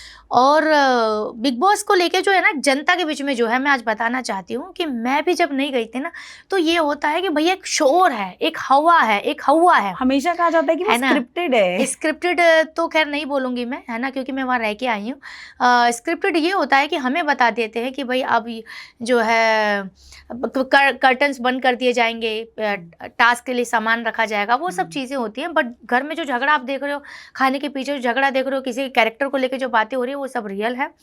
और एक्चुअली हमको नहीं पता होता कि अब कौन आने वाला है, लास्ट मोमेंट में क्या होने वाला है। बिग बॉस कब हमको कौन सी बात पे टोक देगा कुछ नहीं पता होता, तो बिल्कुल भी स्क्रिप्टेड नहीं होता है। बिग बॉस के पास स्क्रिप्ट होती है जिसके हिसाब से वो चलते हैं। क्यूरियोसिटी हर जनता के बीच में ये है कि हेमा जी ये बिग बॉस एक्चुअली कैसे होता है, जो वहाँ पे एक्टिविटीज करनी होती हैं, जो चैलेंजेस मिलते हैं आपको, वो उस वक्त बड़ा दिल धक धक करता है। बिग बॉस इज लाइक एक डेंजर जोन है। हर हफ्ते अपने आप को उसमें सेव करना है आपको। मंडे आपको टास्क दिया जाता है जिसमें इंसान अगर नॉमिनेट हो गया तो वो अगले हफ्ते इस घर में रहेगा नहीं रहेगा। वो 5 दिन जो होते हैं उस बीच में इंसान की दिल की धड़कन धक धक धक धक करती होती है। जैसे आपका बोर्ड एग्जाम का रिजल्ट आने वाला है, तो एवरी वीक आपको एग्जाम में पास होना है, तब जाके आप बिग बॉस के फिनाले तक पहुंचते हो। अगर बीच में अगर आप एग्जाम में फेल हो गए तो आपका पत्ता कट हो जाता है, चाहे जनता आपको कितने भी प्यार कर रही हो या कैसे भी कर रही हो। तो ये बड़ा एक मेरे लिए जो मैंने सीख ली बिग बॉस के उससे, कि वहाँ पे आदमी सुकून से सो भी नहीं पाता। अगर आप नॉमिनेट हो गए ना तो जिस दिन जो फ्राइडे का जो दिन होता है, जो सामने सलमान जी आते हैं, आदमी इंटरेस्ट ही नहीं होता कि क्या बोल रहे, बस ये सोचता है मैं तो नहीं जा रही ना आज, मैं तो नहीं जा रही। लोग आपको सिंपैथी देते हैं लेकिन लोग विश्वास भी दिला देते। जैसे मेरा जब हुआ था तो लोगों को नहीं था कि मैं जाऊँगी, मेरे घर के लोगों मेम्बर्स को भी नहीं था, कंटेस्टेंट को भी नहीं था। पर जब मेरा नाम हुआ तो सब लोगों का रिएक्शन ये था कि अगर हेमा जा सकती है तो मतलब कोई भी जा सकता है। जैसे फिर अगले हफ्ते मुस्कान और नायरा आ गई थी। सही बात है। तो भैया एकदम रियल होता है बिग बॉस के, अगर जो फैन है एकदम रियल है। हाँ, अब जैसे ये 3 मैडम आई थी, अदिति और ये सब जो आए थे, शायद इससे जनता थोड़ी सी नाखुश होती है क्योंकि जनता को नहीं है इंटरेस्ट भाई इस तरह के कंटेस्टेंट देखने के लिए। वो टेलीविजन पे ना उनको रियल पर्सनैलिटी चाहिए, उनको जो बंदा ओपनली सब बोल सके, जो अपना माइंड से ना खेले कि मतलब कई लोग होते हैं ना दिमाग लगा के, मुझे लगता है गेम्स को, और कई लोग होते हैं जो दिल से खेलते हैं, आप उनमें मैं से दिल जो में थी, खेलते दिल से हो। थी मैं, जैसे आज यहाँ पर हूँ मैं वैसे ही थी, Yes, है ना। yes, yes. तो एनीवेज भैया बिल्कुल रियल होता है, आप देखो बिग बॉस देखो और हमेशा फैन बने रहो। तो इस तरीके से आपने इतने सक्सेसफुल तरीके से आप आगे बढ़ रही हैं, जो दोनों आपके बेटे हैं, क्योंकि वो आपकी स्ट्रगल लाइफ भी देखते हैं, वो आपको एज अ सक्सेस वुमेन भी देखते हैं, तो वो परेशान नहीं हो जाता कि मम्मा क्यों कर रहा है ये, छोड़ो आप ये जिंदगी, अपना आराम से रहते हैं, छोड़ो इन चीज़ों को? नहीं, मेरा कोई दोस्त नहीं है, मेरा कोई फ्रेंड सर्कल नहीं है, मेरा एक ही दोस्त है, वो है मेरा बड़ा बेटा। आज How मैं old अगर is he? वो अभी 14 का हो गया है। अच्छा, अगर मैं आज आपके पास बैठ के पॉडकास्ट कर पा रही हूँ या मैं दिल्ली में आराम से घूम पा रही हूँ, तो ये एक सुकून है कि मेरा बड़ा बेटा मेरे छोटे बेटे के साथ है। okay. और मैं सिर्फ बहुत दिन में 2 या 3 बार बात करती हूँ, 2 लाइन की बात करती हूँ, यश सब ठीक है? वो बोलता है हाँ मम्मी। एकांश ठीक है? मम्मी हाँ। बेटा मैं उसको एक ही बात बोलती हूँ, बेटा एकांश का ख्याल रखना। तो यश जो है मेरा बड़ा बेटा, उसने मुझे बहुत सपोर्ट किया है। और अगर दूसरी शादी में सबसे ज़्यादा अगर तकलीफ़ किसी को मिली है तो मेरे यश को मिली है, और मैंने उसी के लिए शादी की थी। मुझे लगा था कि मेरे बेटे को अच्छे से रखेंगे, पढ़ाएंगे, सारी चीज़ें अच्छी होंगी। मैं कभी इतनी फेमस होना नहीं चाहती थी, अगर होना चाहती तो मैं दूसरी शादी करती नहीं, क्योंकि जब मेरा पहली शादी से पीछा छूट गया तो मैं दूसरी शादी क्यों करूं। बट मैं हमेशा ना एक हाउसवाइफ बनना चाहती थी, ये मेरा सपना था। मेरा ये सपना नहीं था कि मैं कभी इतनी फेमस आप प्लीज पहले पानी लो। नहीं हम ओके यार, वो यश का जब नाम गिरा आता है the ना तो water. मैं थोड़ा सा ब्रेक डाउन हो जाती हूँ। तो जब यश के साथ ही मैंने कुछ ऐसी चीज़ें देखी ना, जो अगर उसका रियल फादर भी करता तो वो भी एक्सेप्टेबल नहीं होते। मेरे सामने उसको मारना, गाली देना उसके बाप के बारे में, भिखारी की औलाद, कुत्ते की औलाद। आज भी कुछ वीडियो है जो मैंने कभी कहीं लीक नहीं किए, बट जब भी मैं देखती हूँ तो मेरा आत्मा ना फटने के लिए आती है। मेरे बेटे ने मेरे शादी के फैसले की वजह से बहुत तकलीफ सही, आप प्लीज पहले, और उसने हमेशा मुझे सपोर्ट किया। आप you just take this water also, लो आप साथ, यू वांट एक पानी और इनको ला दो। आज बैठ के अगर बोलने लगूँ मैं अपने बच्चों के लिए ये कर रही हूँ तो फिर मेरे को शर्म आनी चाहिए मेरे ऊपर। एक माँ गिना ही नहीं सकती, है ना। तो यश की वजह से मैं डिप्रेशन में गई, जब मुझे लगा ना कि मैंने अपनी ज़िंदगी तो ख़राब की कि मैंने यश की ज़िंदगी ख़राब कर दी, और ये चीज़ ना मुझे अंदर अंदर खाती गई। मुझे उसको इतना बेइज्जत किया जाता था, तेरी औकात नहीं है, तेरे बाप ने कभी दिया आईफोन, अरे उसके फादर के पास आज चीज़ें नहीं है, तभी तो जो है आप दे रहे होती तो उसका फादर दे रहा होता। तो मेरी गरीबी का भी मजाक उड़ाया गया उस आदमी ने। कौन आदमी, देखो आज जब मैं ये शादी से पहले जैसे मैं रहती थी आज वैसे रह रही हूँ, ठीक है। आज भी मैं वैसे ही रह रही हूँ, छोटे घर में रह रही हूँ, किराए के घर में रह रही हूँ। फ़र्क ये है कि आज जब मैं पहले एक बेटे के साथ रहती थी, आज 2 बेटे के साथ रह रही हूँ। सिचुएशन वही है, खुद ही करके खा रही हूँ, वो छोटा घर है सब। He never accepted your first child, right? नहीं, ही एक्सेप्टेड, दैट्स वाई मैंने शादी की ना। हाँ। लेकिन वो बड़ा दिल करके वो 2-3 महीने बाद, 6 महीने बाद वो खत्म हो गया बड़ा दिल, समझ रहे हो। क्योंकि आप अच्छा इंसान हो तो आप हमेशा हो, अगर आप नाटक कर रहे हो तो आप जल्दी ही खत्म हो जाओगे। तो वो नाटक कर रहे थे शायद, और फिर वही बात आती है ना, आप मुझे इल्ज़ाम दे रहे हो। आप अगर इतने अच्छे थे तो आपकी पहली शादी क्यों टूटी, आपकी वाइफ क्यों भागी? बस मेरा सिंपल सवाल है। उनका पहले कोई बच्चा नहीं था? नहीं, उनको पहली शादी से कोई बच्चा नहीं था, ठीक है। मैंने बच्चा इसलिए किया कि देखो यार, जब ये मेरे बच्चों को एक्सेप्ट कर रहे हैं तो मुझे इनको बच्चा देना चाहिए जब हो रहा है तो, ठीक है। तो बच्चे की वजह से जब मैंने फैसला लिया, स्ट्रॉन्ग डिसीजन अलग रहने का, मेरे यश की वजह से लिया, क्योंकि मेरा यश बेटा बहुत डर डर के रहने लगा था। उसको मारना पीटना सारी चीज़ें हमसे तो फ़ोन तक भी हम अपने पैसे, मैं अपने पैसे का इस्तेमाल करती हूँ। जो आदमी अपनी बीवी को 1 लाख रुपए के फ़ोन का ताना दे, तेरी औकात है 1 लाख रुपए का फ़ोन इस्तेमाल करने की, तो वो आदमी उस औरत को क्या देगा? आप बताइए ना, क्या देगा? अभी बिग बॉस से आई, उन्होंने बोला 25-25 हज़ार रुपये की साड़ी पहनती है। जो आदमी अपनी बीवी की साड़ी की कीमत गिन रहा हो, मैंने तो बांट दी, सब गरीबों में आते हैं, आपने देखा होगा, हाँ, है ना। क्योंकि मुझे तो कपड़े से मतलब है। अब ये साड़ी मैं पहनी हूँ, ये कितनी अच्छी लग रही है, मुझे उससे मतलब नहीं। 1600 रुपये की साड़ी है ये। किस तरीके से मतलब आप ये सब मैनेज करती हो? मैं देख रही हूँ कि जिस तरीके से आप हमेशा लोगों में भी रहती हैं और चैरिटी बहुत करती हैं। आपने इतनी महंगी साड़ियाँ आपने अपनी दे दी, एंड मैं जब भी आपका प्रोफाइल खोलती हूँ मैं देखती हूँ कि आप कहीं ना कोई सेवा भाव से चीज कर रही होती हूँ। मुझे वो अच्छा लगता है। लोग बोलते हैं मैंने फेक व्यूज के लिए किया। अरे फेक व्यूज के लिए भी आदमी तभी करेगा जब उसका दिल होगा, उसका नेचर होगा। तो ये मेरा नेचर था। शुरुआत मैंने की थी, फिर उनको उसमें फायदा लगने लगा। हेमा एक काम करते, फाउंडेशन खोलते, अपने पास फंड आएगा, ये आएगा, वो आएगा। जब फंड नहीं आ रहा था तो मुझे बोलता था तू पैसा नहीं मांगती किसी से। हाँ, मतलब ही क्लेम कि हाँ, सारा तो पैसा फंड उन्हीं के थ्रू आ रहा था। हाँ, कि मेरे दोस्त दे रहे थे, और मैं मुझे दे रहा बोल रहे था। थे तू किसी से मांगती ही नहीं है। मैं क्यों मांगू किसी से? जिसको देना होगा वो सामने से देंगे। जिसको चैरिटी मेरा नेचर ही नहीं है किसी से मांगने। हाँ, तो तो मुझे बोलते थे तू ऑफिस में पैसा लग रहा है, सारी चीजें लग रही है, पैसा मांगो। भैया मैं नहीं मांग सकती किसी से पैसा। किसी को मेरा काम अच्छा लगेगा तो वो खुद देगा। तो उनका प्लानिंग था कि फाउंडेशन खोल के पैसा कमाएंगे, कि अलीगढ़ शिफ्ट हो जाएंगे। मुझे अलीगढ़ शिफ्ट करना चाहते थे वो। मैं अलीगढ़ रह के आई हूँ, मैं डिप्रेशन में रह के आई हूँ। तुम अलीगढ़ में रख के मुझे वहाँ पे जो है बंद कर देते तुम तो। अच्छा हुआ, थैंक गॉड, एक डायरेक्टर ने मुझे रोक लिया जिनके साथ मैं काम करने वाली हूँ। बाद आप अलीगढ़ जैसे शहर में जाके नहीं रह सकते। नहीं, वो उनकी जिंदगी, वो दिल्ली, उनका दिल कर रहा है दिल्ली जाने का, ओके दिल्ली जाओ। उनका मन कर रहा है अफ्रीका जाने का, अफ्रीका जाओ। उनका मन कर रहा है तुम्हारे पास आने का। मतलब तुम शादी करके एकदम वैसे के वैसे ही हो। और मेरी जिंदगी में माँ बाप से बात, मेरी माँ से बात नहीं कर सकती, बहन से बात नहीं कर सकती, किसी से बात नहीं कर सकती, मेरे किसी दोस्त से बात नहीं कर सकती। बस मुझसे ही बात करो। और तुमसे ही बात कर रहे हो, उसमें भी तुम मुझे कैरेक्टरलेस, उसमें भी तुम मुझे ताना दे रहे हो। कितना मेरा जमीर मार दिया था, मेरा सेल्फ कॉन्फिडेंस ऐसा डाउन हो गया था कि नहीं हेमा तेरा कोई अस्तित्व नहीं है। मैं अपने आप को भूल गई थी। ये तो अब जाके मुझे महसूस हो रहा है कि हेमा एक बच्चे को पालने की बात थी सिर्फ, उसके लिए तूने सोचा कि तू पाल नहीं पाएगी। बच्चे को पढ़ाने की बात थी, आज भगवान की कृपा से 2-2 बच्चों का मैं ख्याल रख रही हूँ। सही बात। अपने ऊपर डाउट किया मैंने। प्लीज अगर ये कोई बात सुन रहा हो, अपने ऊपर कभी डाउट मत करो।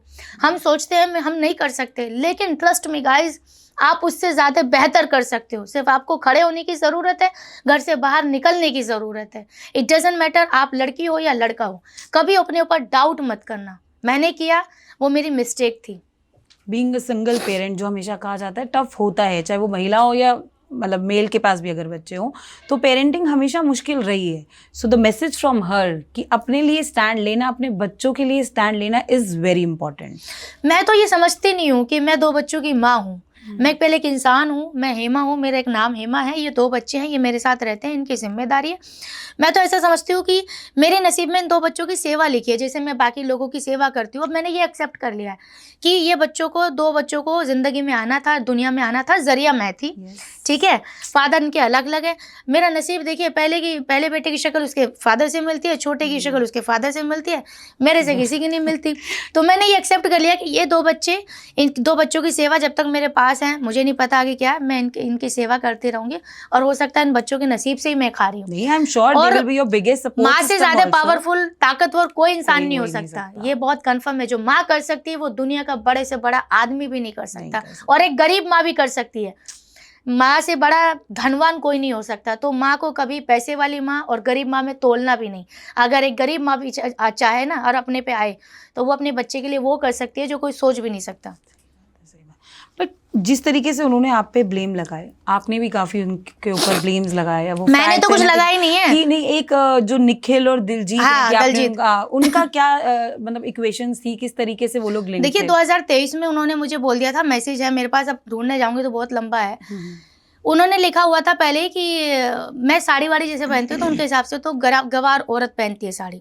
मैं हिंदी ज्यादा पहनती हूँ तो गवार बोलती है हिंदी। ठीक है, वो उनका तो सीधा था कि तेरे को तो इंग्लिश भी नहीं आती। एक्चुअली उनको क्या हुआ था, मेरे से शादी करके उनको लगा कि उन्होंने बहुत बड़ी गलती कर दी। और वो मुझे हमेशा बोलते थे कि तू मेरी जिंदगी की बिगेस्ट मिस्टेक है।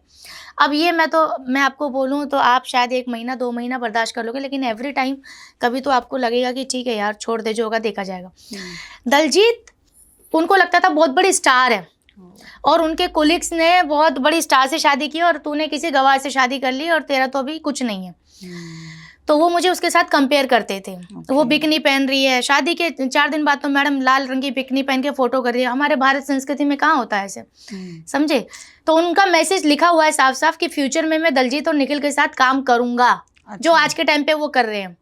आज के टाइम पे अगर एक एडिटर उन्होंने हायर किया हुआ है, मेरे पास सब डिटेल है, बट चूंकि मेरे पास पॉजिटिव काम करने का समय है ना कि नेगेटिव। उनके एक एडिटर है जिनको उन्होंने हायर किया हुआ है, जो आपकी दलजीत की भी वीडियो एडिट करते हैं और भाई साहब की भी एडिट करते हैं और पैसा भरते हैं, गौरव सक्सेना। अच्छा, वो कर रहे हैं वो और कर रहे काम हैं। वो लोग कर रहे हाँ। हैं। आप एक बात बताइए, वो बोलते हैं अभी मीडिया में कि वो मेरी बहन है। 31 गोवा में बहन के साथ कौन हैप्पी न्यू ईयर मनाने जाएगा? अकेले गए थे? अकेले। ओह, ठीक है, उनके और भी यार दोस्त होंगे, बट कौन जाएगा? महाकुंभ में मैं अकेले गई थी। मैं बच्चों के साथ नहीं गई क्योंकि बच्चों को ले जाना रिस्की है। मैं अकेले गई, मेरा कोई नहीं है तो मैं अकेले गई। वो भाई साहब दलजीत कौर के साथ महाकुंभ में है। तो आप बताइए, बहन के साथ आप सब जगह दिख रहे हैं, आप रेस्टोरेंट में दिख रहे हैं, आप पॉडकास्ट शुरू कर रहे हैं, पैसा आप लगा रहे हैं, तो उनको लगता है कि मुझे कुछ नहीं पता है। मुझे पता सब कुछ है, लेकिन मेरा समय बहुत कीमती है, मेरी ज़िंदगी बहुत कीमती है, इसलिए मैं अपने आप को बढ़ाने के लिए लगाने में लगी हूँ, ना कि आप क्या कर रहे हो ज़िंदगी में वो देखने के लिए। मेरे पास समय है ही नहीं। जब आप और मैं अलग रह रहे हैं, अब मैं किसी के साथ भी बैठूं, आप किसी के साथ भी बैठूं, मुझे प्रॉब्लम नहीं होना चाहिए। लेकिन प्रॉब्लम इस बात की है क्योंकि इसी दलजीत की वजह से आपने मुझे बोला था कि तू गवार है, वो देख कितने अच्छे कपड़े पहनती है, वो तो सिंदूर लगाती है। दूसरी चीज़, उनको लगता है अभी, अगर वो भाई बहन वाली बात है तो उनको क्या होना चाहिए कि नहीं, मेरी बहन के साथ धोखा हुआ है, मैं अपनी बहन को न्याय दिलाऊंगा। वो दोस्त ने मेरी बहन के साथ गलत किया है ना, लेकिन उन्होंने क्या किया, उन्होंने उल्टा बहन की अंगूठी निकलवा दी 31 को। ओह, अच्छा, इनकी मिस्टेक तो देखिए, डालते भी तो सोशल मीडिया पे हैं। लोगों को, हर एक को ये लग रहा है ना कि इससे हम वायरल हो जाएंगे, क्योंकि अंगूठी डाल रहे हैं कि गौरव भैया ने आज फाइनली मेरी अंगूठी निकलवा दी। फिर आप उसके अगले हफ्ते देखते हो तो मैडम दूसरी नई अंगूठी पहन के घूम रही है। तो भैया को आपकी पुरानी अंगूठी निकलवानी थी, नई अंगूठी आपको देनी थी। मतलब आपके हिसाब से उनकी जो नया रिश्ता है वो तय हो चुका है, कुछ और ही है ना, क्योंकि बहन भैया का तो इतना नहीं हो सकता, सीधी सी बात है। ये अगर लड़की भाई बना के रखे ऐसा, तो किस तरीके से उसके करेक्टर की बात होगी? अब बताइए ना, अब 30 गोवा में कौन बहन के साथ जाएगा, या महाकुंभ में कौन बहन के साथ जाएगा? कहीं तो आप अकेले दिखो, है ना। और आप वीरेंद्र चावला पे पैसे देके वीडियो डलवा रहे हो। आप कौन हो कि वीरेंद्र चावला आपकी वीडियो डालेंगे? सही बात। आपके थ्रू ही वो वायरल होना शुरू हुए थे। पहले हेमा की कहानी चैनल आया, फिर उसके बाद गौरव की कहानी भी चैनल आ गया। तो मैं तो बोलती हूँ भगवान मेरा नाम और इतना करे कि वो जिंदगी भर मेरा नाम लेते रहे। सही बात है, मैं तो खुश ऐसा होगा। मेरे सरनेम के लिए मुझे बोलते थे, तू सरनेम नहीं लगाती। अरे भैया, आज सरनेम छोड़ो, आप मेरे नाम पे आपकी न्यूज़ें बनती है। हेमा शर्मा वायरल, भाभी का डिवोर्स हुआ गौरव सक्सेना के साथ। और मेरी यही ख्वाहिश है, देखो, किसी से अगर आपको कोई प्रॉब्लम हो ना, उसको रखो साइड में, अपने आप को इतना बड़ा बनाओ, इतना बड़ा बनाओ, जिसको आपसे प्रॉब्लम थी ना वो बोले भगवान मुझे जिंदा क्यों रखा है, ये देखने के लिए जिंदा रखा है कि ये इतनी तरक्की कर रहा है या कर रही है। ये मेरा तरीका है। आप बहुत आगे बढ़ेंगे कि जिस तरीके की आपकी पर्सनालिटी है, जिस तरीके की आपकी positive energy, I must say, कि मतलब जिस तरीके से मेरे पास ना घर है, ना बैंक बैलेंस है, ना कार है। मेरे पास एक मेरी खुद की शक्ति है, मेरा नाम है।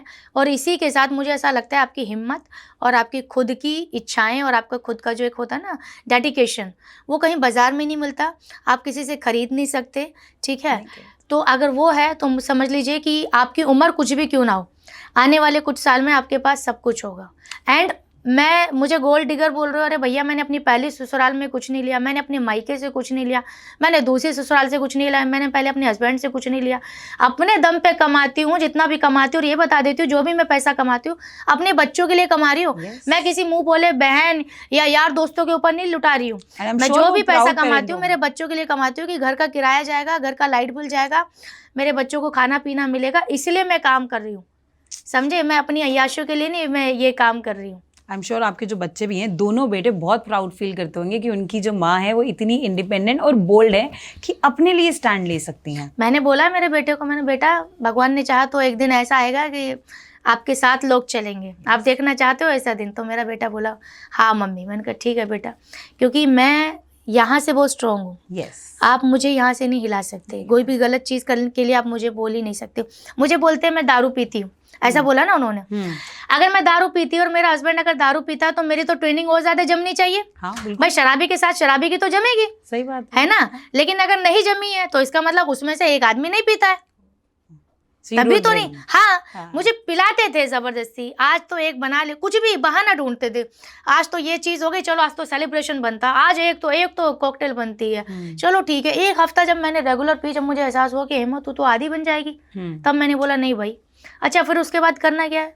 हस्बैंड वाइफ का कोई प्रेम नहीं है, कुछ नहीं। अरे भैया दारू में मेरे को कोई इंटरेस्ट थोड़ी ना। सही बात, ठीक है। और भाई साहब दारू भी बहुत एक्सपेंसिव 22,000 वाली पीते हैं शिवास, समझ लो। और वो एक काम नहीं करता, वो सब बढ़िया जो ये जो सट्टेबाजी सब होते हैं ना, सब करता है वो आदमी। ब्लैक मनी या जो लिंक से जो करते हैं ना अपना मैचेस वगैरह सब, हाँ सब करते हैं, ठीक है। उनको चाहिए थी एक ऐसी लड़की, गूंगी बहरी लंगड़ी, और मिल गई हेमा शर्मा, जो बोलना कि भी जानती है, चलना भी जानती है और देखती भी बहुत बढ़िया है। चलिए बहुत अच्छी बात है, और ऐसे लोगों को तो सीधा करने हैं बहुत ज़रूरी है। और समय, मैं कौन होती है सीधा करने वाली? समय सबसे बड़ा बलवान होता है, ठीक है। और आपने अगर किसी का गोल्ड या कपड़े, अरे भैया ना गोल्ड मेरे साथ जाएगा ना कपड़े जाएंगे, ठीक है।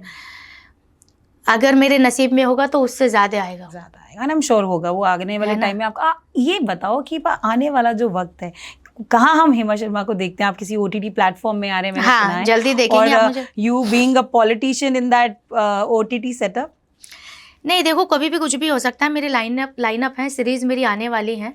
टाइटल अभी मुझे नहीं पता है, लेकिन यस 2-3 मेरी चीज़ें, सीरीज भी हो सकती है, फिल्म भी हो सकती है। वापस से वही बात है, सब अपने डायरेक्टर प्रोड्यूसर जो हैं सब फ्रेंड जैसे हैं, तो जैसे ये चीज़ें शुरू होंगी वो होंगी।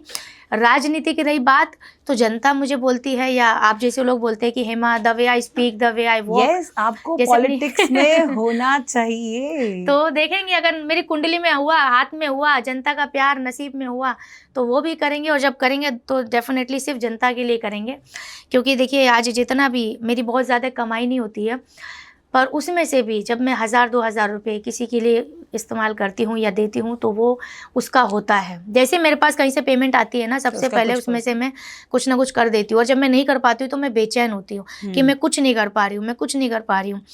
और जैसे जैसे समय आएगा मैं वैसे वैसे और सिंपलिसिटी के साथ अपनी ज़िंदगी जीना चाहती हूँ। तो अगर पॉलिटिक्स में आपको मौका मिलता है, बट अभी आपने लेटेस्ट ये भी देखा होगा कि महाकुंभ में किस तरीके से 2-4 एक्ट्रेसेस हैं, इशिका है, हर्षा है, ये सारे मतलब इन्होंने अपना रास्ता चेंज कर लिया। क्योंकि मतलब वो इजी वे है क्या कि जिस तरीके से आप भगवा कलर पहन के आपको अपॉर्चुनिटीज़ मिलने लग जाती है, या आपकी पॉलिटिक्स में एंट्री ईजी हो जाती है?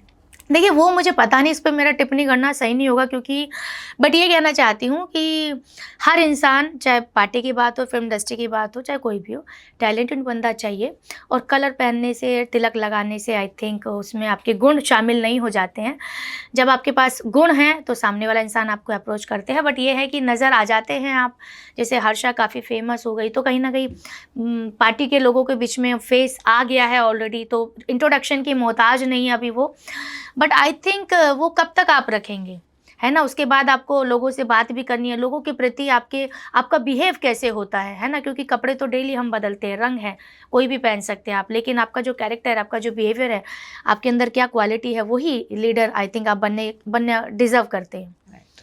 It's like hard work also. वहाँ पे भी आपको सिर्फ आप कलर चेंज करने से या महाकुंभ करने से आप पॉलिटिक्स में नहीं आ सकते। नहीं, सही बात है। नहीं तो आप जनता के प्रति आपकी क्या भावनाएं हैं। आप तिलक लगाने से जनता को आप कुछ भी सोचते हैं तो कैसे होगा।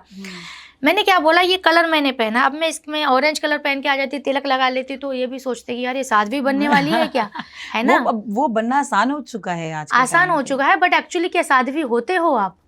अगर आप साध्वी हो तो साध्वी का तो मतलब ही नहीं है ये लग्जरी लाइफ से या ब्यूटी प्रोडक्ट से मतलब नहीं है, फिर तो आप एकदम नॉर्मल रहिए। बट मैंने देखा हर्षा को, शी अप्लाइड्स लिपस्टिक ऑल्सो, लेंस भी लगाती है, अच्छा फाउंडेशन भी लगाती है, तभी स्किन इतनी ग्लो करती है ना। क्योंकि वो लोग ये क्लेम कर रहे हैं कि वो साध्वी नहीं है, अभी वो सनातनी फॉलो कर रहे हैं। हाँ तो ठीक है, अब देखिए उनके नसीब में अगर राजनीति में जाना होगा तो समझ लीजिएगा इसी फेम के थ्रू चलेगी। मेरा जाना होगा तो मैं ऐसे भी कपड़े पहन के, अपनी कंगना जी वो तो नहीं पहनती भगवा, वो तो नहीं तिलक लगाती, वो तो बढ़िया अभी तिरुपति जी गई है, कितनी स्टाइलिश साड़ी पहनी and she look so amazing. मैं फैन हूँ उनकी, समझ रहे हो। तो इसलिए आपके कर्म, आपका बिहेवियर, आपकी थिंकिंग कैसी है, क्या आपकी विचारधारा है अपनी लाइफ को लेके, समाज को लेके, देश को लेके, वो तय करती है कि आप लीडर बनने लायक हैं या नहीं है। कलर हम एवरीडे चेंज करते हैं, संडे से लेके सैटरडे तक। तो I do see a young leader in you only. मतलब मुझे आज जिस तरीके से ये बात कर रही हैं और जिस तरीके के लोगों को पॉलिटिक्स में होना चाहिए, सो आई जस्ट विश कि कभी कहीं ना कहीं हम भी आपको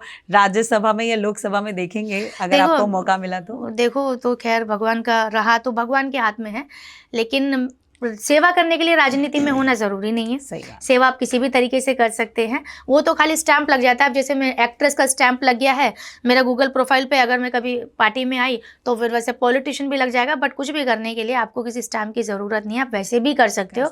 सेवा करना मुझे अच्छा लगता है, अपनी खुशी के लिए करती हूँ। मेरा नेचर बचपन से ऐसा, मेरी माँ ने मुझे बोला है कि अब तो चलो तेरे पास है, जब नहीं था, जब हमारा पैसा तो लोगों को दे के आ जाती थी। हम तुझे 10 रुपये देते थे, 5 रुपये तूने किसी को दे दिया, तो रोटी किसी और को खिला रही है, पेंसिल्स मैं ऐसे दे के आ जाती थी। तो मेरी माँ का कहना, मेरा नेचर ऐसा है, और नेचर आप बनाते नहीं हो, वो आपका अंदरूनी रहता है, वो चाइल्डहुड से होता है। हाँ, आज मैं जैसी भी हूँ ना, अगर मैं बोल्ड हूँ, अगर मैं आज मुंहफट हूँ, या मैं आज दयालु हूँ, तो वो मैंने बनाया नहीं है, किसी स्कूल में जाके सीखा नहीं है, वो मेरा पैदाइशी है। बिल्कुल। हाँ, समय आपको थोड़ा सा ज़्यादा एडवांस बना देता है टेक्नोलॉजी के हिसाब से। जब आपका नेम आता है तो आप चीज़ें सीखते हैं, तो कहीं ना कहीं मैं बेहतर इंसान बनने की राह में हूँ इस वक्त, कि मुझे अच्छा इंसान बनना है। कितना फेमस या क्या पोस्ट पे फेमस तो आप हैं ही, और अच्छी इंसान भी बहुत है। मतलब हाँ, ये तो आपको पता चल जाता है जब आपके सामने कोई बैठा होता है तो वो किस तरीके के नेचर का है। ये तो मुझे समझ आ गई कि आप बचपन से ही ऐसी रही हैं, बोल्ड और गिविंग। हाँ, गिविंग इज इम्पोर्टेंट। मेरी माँ और मेरी बहन बोलते हैं कि जो हम चीजें सोच नहीं सकते, मैडम करके निकल लेती है। सबसे बड़ा फैसला होता है शादी करना और डिवोर्स लेना हमारे समाज में, ठीक है। हाँ, जो फैमिलीज बैठ के लेती हैं, और बातें होती हैं। पहली ऐसी मैं लड़की थी जिसने इंटरकास्ट शादी भी की थी, पूरे खानदान में इंटरकास्ट शादी ही मेरी हुई थी। तो फिर उसका, इसलिए उन्होंने सपोर्ट करना बंद कर दिया था आपको? ऐसा कुछ फैमिली ने? नहीं, पापा ने मतलब एग्री करके शादी हुई थी, लेकिन ये है कि हाँ, इंटरकास्ट शादी पहली मेरी हुई थी। और कहीं ना कहीं ऐसा लगता है, शादी अगर कोई होता है बंधन, तो शायद वो मेरी पहली शादी थी। दूसरी तो सिर्फ एक नाम लग गया, नाम लग के बदनामी हुए बस, और कुछ नहीं। शादी अगर कुछ होते हैं रस्में रिवाज या जो भी हस्बैंड वाइफ जैसा कुछ होता है, तो वो शायद पहले वाला ही था। बाकी दूसरी तो सिर्फ आए मेहमान और मतलब नाम बदनाम करके टॉर्चर देके और सब कुछ छीन छान के ले गए। अब घर में कुछ सोफे पड़े, जैसे आपके यहाँ पे बैठ के मैं कर रही हूँ पॉडकास्ट, मैं तो इतना भी जिगर रखती हूँ कि भैया ये पलंग है वो ले जा, तू सोफे रखे वो भी ले जा। मैं तो नीचे बैठती हूँ ज़्यादातर अपने घर में, और मैं जब मुझे सुकून चाहिए होता है तो मैं ज़मीन पर सोती हूँ। तो मुझे ये सब चीज़ों से कोई फ़र्क नहीं पड़ता, क्योंकि ये मार्केट में कुछ पैसों के मिल जाते हैं। सही बात है। समझे, पैसे कमाने की बात है, वो मैं निकली हूँ नाम बनाने, अपनी ज़िंदगी को वसूल करने के लिए। तो मुझे ये सबसे कुछ नहीं है कि ये सोफे दे के आप मुझे दबाना नहीं कि तू मेरे सोफे पे बैठती, भैया इसको भी ले जा तू, और भी कुछ तुझे लगता हो वो भी ले जा, हमारा पीछा छोड़ दो, हमारा पीछा छोड़, मेरे को अपने दम पे जीना। मेरे को ये मत बोलना कि हेमा मेरे दिए हुए सोफे पे बैठती। नहीं, आई एम श्योर आप सब खुद करेंगे। आत्मसम्मान मेरे लिए सबसे बढ़कर है। जो आदमी आपको सोफे पे बैठा के बोल दे, तो फिर आप उसके सोफे पे क्या बैठे। सेल्फ रिस्पेक्ट तो सबसे ज़्यादा इंपॉर्टेंट है लाइफ में, और उसी को आप लेते हुए आगे बढ़ रहे हो। कहा जाता है ये जो इंडस्ट्री है, लोग स्क्रीन पे कुछ और होते हैं, पीछे कुछ और होते हैं। तो कोई ऐसे लोग होंगे जो आपको ऐसा लगता है कि नहीं यार, ये जिस तरीके का इंसान टीवी पे है ना, वो इंसान भी वो गोल्डन हार्ट रखता है। ऐसा कौन है इंसान जो आपकी इंडस्ट्री में या आपके आसपास के लोगों में आपको मिला हो? ऐसा देखिए, मेरे कोई खास दोस्त नहीं है, और बिग बॉस से पहले तो 2-4 दोस्त हुआ करते थे। मैं मेरी लाइफ में कोई ऐसा इंसान नहीं है फिलहाल, मैं जिससे बात करती हूँ, कोई भी ऐसा इंसान नहीं है। मैं किसी से 1 रुपये की मदद नहीं लेती हूँ आज के टाइम पे। पूरे 1.5 साल जिस दिन से मैं अलग हुई हूँ, अप्रैल से, 1 रुपये की मदद, जैसे लोग अपने आप को बनाने के लिए या घर चलाने के लिए पैसा लेते हैं, मैं किसी से मदद नहीं लेती हूँ, किसी से एडवाइस नहीं लेती हूँ। मेरी ज़िंदगी मैं खुद डिसाइड करती हूँ और खुद एक्शन लेती हूँ। एक मेरा दोस्त है, मेरे से उम्र में छोटा है, 2012 से है। मन करता है उससे बात कर लेती हूँ, पूरे दिन में उससे बात करती हूँ। बाकी तो मेरा बेटा है, मेरा दोस्त, और मैं अपने आप को समझाती हूँ ये समय है, ये ज़िंदगी नहीं है हमारे पास। यश को बोलती हूँ, बेटा ये समय है, सब कुछ होगा हमारे पास। और एक्चुअली आज के टाइम पे कोई किसी का दोस्त नहीं है, घर के लोग ही नहीं है। जब आपके पास पैसा होता है, समय होता है ना, हर कोई बोलता है ये मेरी बहन है, ये मेरा भाई है। पैसा नहीं है तो वो भी बोलते हैं, अपनी अपने काम में बिजी हो जाते हैं। बहुत गंदा ज़माना चल रहा है, घोर कलयुग चल रहा है, पैसा ही सब कुछ है। पर भगवान की कृपा से अभी मेरे दिमाग में पैसा नहीं आया है। पैसा उतना आया है कि हाँ, मैं खाना खा सकूँ, मेरे बच्चे खाना खा सके, वापस से छत का किराया चला जाए, लाइट कभी कट ना हो, इतना अभी मेरे दिमाग में आया। अभी तो नीयत साफ है मेरी। चलिए, ये नीयत आगे बढ़ाएगी आपको, क्योंकि आपकी नीयत साफ है, इसलिए आप आगे बढ़ रही हैं। और उनको, आपके हस्बैंड को परेशानी बढ़ती जा रही है, उनका बीपी और शुगर हाई होती रहती है। शुगर है उनको। देखिए कैसे सोते होंगे, मैं आज सुकून से इसलिए सो पा रही हूँ और पॉडकास्ट भी इसलिए कर पा रही हूँ। अगर मैं चोर हूँ तो मैं कैसे आ सकती हूँ कैमरे के सामने, बताओ। अगर मैंने अपने पुराने आदमी, मतलब एक्स हस्बैंड से या ये एक्स हस्बैंड से जो अभी तक हुए नहीं, अगर इनसे कुछ लिया हो तो मैं कैसे कैमरे के सामने आ जाऊँ? सही बात। मैं आके बात भी तो इसलिए कर पाती हूँ क्योंकि मैंने मुंह काला नहीं किया है, मैंने कुछ चुराया नहीं है, तुम्हारा लेके नहीं खा रही हूँ, तो मेरे घर का किराया नहीं भर रहे हो, तभी तो आके मैं बात करके 2 बातें बुराई कर रही हूँ। और मैं अगर इनका खाती तो मैं कैसे बोल देती? बोल ही नहीं। तो भैया तुम भी तो बोलो कि हाँ हमने भैया इसको किया है ये सब। जो आदमी 30-40 लाख का गोल्ड लेके भाग गया हो, जिसका मन गोल्ड में पड़ा हो, वो किसी का क्या होगा? जो इंसान अपने बेटे का नहीं हो रहा है, 35,000 रुपया, तुम इतना 15 से 20 लाख के आसपास कमाते हो, 35,000 रुपया, और तुम अपनी PR के ऊपर पैसा लगा रहे हो, एडिटिंग के ऊपर लगा रहे हो, तुम अपने स्किन क्लिनिक पे लगाते हो, सारी चीज़ें।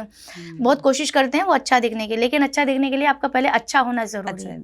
It's very simple. So before we end, मुझे ऐसा लगता है कि ये जो डिस्कशन मेरे साथ आप बात करने बैठेंगे ना शिल्पा, तुमको समय का पता नहीं चलेगा। आपका समय कीमती है, हम तो फ्री हैं, बट मुझे लगता है आपका समय नहीं, मैं फीमेल के लिए आई एम ऑलवेज स्टैंड। मैं औरतों को बहुत सपोर्ट करती हूँ, और मेरी दिली ख्वाहिश है कि हर एक औरत, घर की औरत जो भी जहाँ पर काम करती है, जिंदगी को जिए, जिंदगी को झेले ना, क्योंकि एक ही मुश्किल से ज़िंदगी मिली है। कितना भी कर लेना, कोई आपको अवार्ड नहीं देने वाला है। अगर गलती से बोल भी दिया ना कि बहुत अच्छा करती है, तो वो एक दिन बोलेंगे।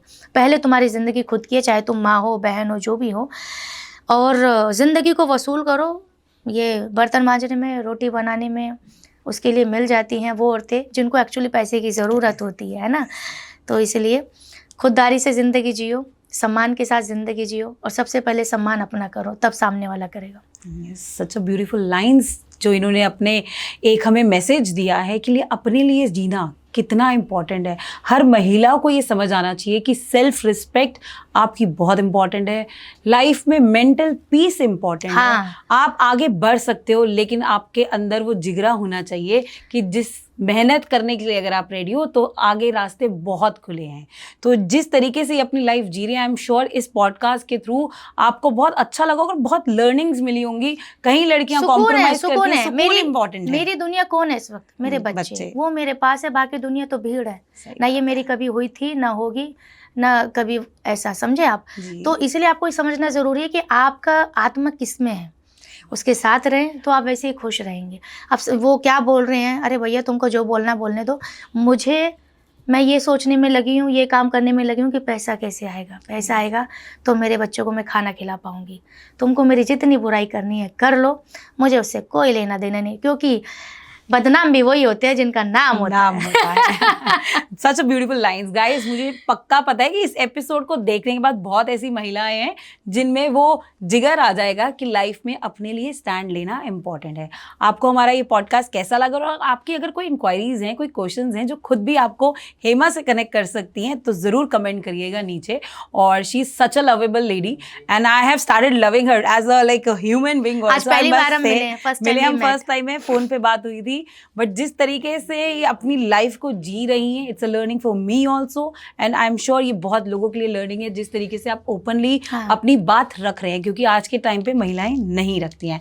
And I am so thankful कि आप मुंबई से स्पेशली हमारे लिए भी आए, और कहीं ना कहीं आई एम श्योर आपके साथ हमेशा रहेंगे। और नहीं, मैं जहाँ पर एक बार रिश्ता बना लेती हूँ हमेशा बना लेती हूँ, बस इंसान ईमानदार रहना चाहिए। बिल्कुल। इस शो पे कॉफी अनफिल्टर्ड में जितनी इन्होंने बातें की हैं, सारी अनफिल्टर्ड बातें हैं, और अच्छे से इन्होंने बताया है कि किस तरीके से इनकी लाइफ में स्ट्रगल भी रही। पैसा भी कमाने की हिम्मत तभी आई जब पता चला कि जो सामने वाला गलत कर रहा है। कभी भी सामने वाला जो अगर गलत कर रहा हो उसको सहो मत, बोलो आगे। So just thank you all. Thank you for watching our show, Coffee Unfiltered. Keep following us, subscribing us. Thank you guys. Bye-bye. Thank you. Bye-bye.